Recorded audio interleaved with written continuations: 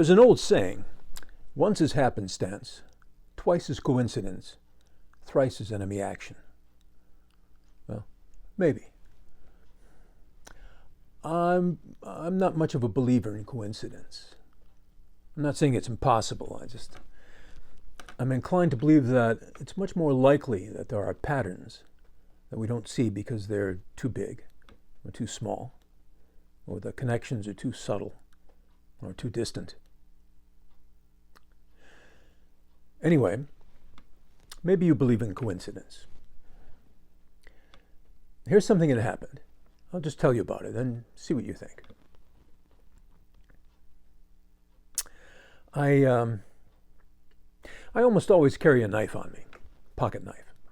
I think I got into the habit of doing that when I was in the Coast Guard. I was on a boat for a couple of years, and all the mates carried a rigging knife that's got a good cutting blade on one end, and on the other end there's a spike so that you can get knots out of ropes or open up ropes if you want to be making a loop or something like that in a rope. Anyway, it got to be a thing. Everybody got a piece of scrap leather and made a sheath to hang on his hip and a lanyard so you could grab that knife out of the sheath real easy. Anyway, I got into the habit of carrying a knife. And it's a good tool. It's 1,000,001 things that pop up that you can use a knife for. You never know. You never know when you're going to have to cut your way into something or cut your way out of something. And it's good to have a good knife on you. Anyway, this one particular day, I was heading out to the barn and drove quite a ways there. And I realized I didn't have my knife on me. I think I got a pair of clean jeans out, and I just forgot to stick it in my pocket. It's kind of a strange thing. I usually, I put on my watch and put my knife in my pocket just like I put on my pants. But this one particular day, I just forgot it. So I thought, the hell with it. I kept driving, and it started to nag at me. Really started to nag at me. I got this overwhelming feeling of dread that something awful was going to happen if I didn't have my knife. So I tried to ignore it, but I couldn't. It was really disturbing. So I wound up, I stopped, turned around, drove back, got my knife, stuck it in my pocket, and headed out to the barn. So I pulled in, and my pony was waiting for me when I got there. That wasn't too unusual. Horses are real good at knowing what happens before what happens. And I think he probably got to know the sound of my truck coming up the road and knew what was going to happen next. Anyway, when I got there, he was waiting for me. And the barn doors were open, the front doors and the back doors were open, so I could see all the way through the barn. And I could see him against the rail of his paddock. And as soon as I got on my truck, he called to me real loud in his unmistakable whiskey baritone, and he seemed quite anxious about something. He was pacing back and forth right at the corner of the rail there and calling to me. So I went over, and I had his apple with me, and I was going to say hello, and he didn't wait for me. As I approached, he ran over to the opposite side of the paddock and turned and looked at me and called at me again. I figured, what, Timmy fell down the well? What's going on here?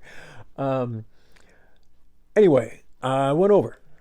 Now, out behind this paddock in a little shrubbery and stuff, there's a space that wasn't used for much. And there was an old piece of farm machinery out there. I don't recall if it was a snow plow or a harrow or something. One of those dragged behind a tractor. Anyway, I went over to where he was standing and calling to me. and behind some shrubs where this farm machinery was, there was a little pony that was caught on this farm machinery. She was wearing a halter, one of those damn nylon halters, and she obviously had been investigating this object and gotten herself caught on a piece of it and couldn't get free. And I don't know how long she had been there, but she seemed a little upset. So so I went over and tried to free up that halter. But it was stuck on something good, and I couldn't get it loose enough to unbuckle it or get it off of her. And things weren't getting better. So I took out my knife and I cut that damn thing off of her, and off she went. You know. So a couple of questions about this situation right away entered my mind. First of all, how did she get out of her paddock? Second, why the hell was she wearing a halter? I don't believe in turning horses out with halters on them, and this is why. I hate nylon halters because they don't break away. So anyway, she seemed to be okay, and no harm done. And then we went about our business. So here's the thing.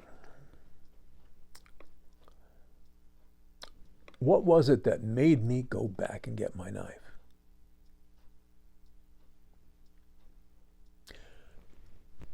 Just coincidence? Was it just my own neurotic behavior, or what? Was I having a little bit of OCD and needed to have that knife on me? So my security blanket? What? Maybe it's just a coincidence. It's possible. Maybe you think it's coincidence. And if you think it's just coincidence, it's cool. That's all right. But I do want to play cards with you.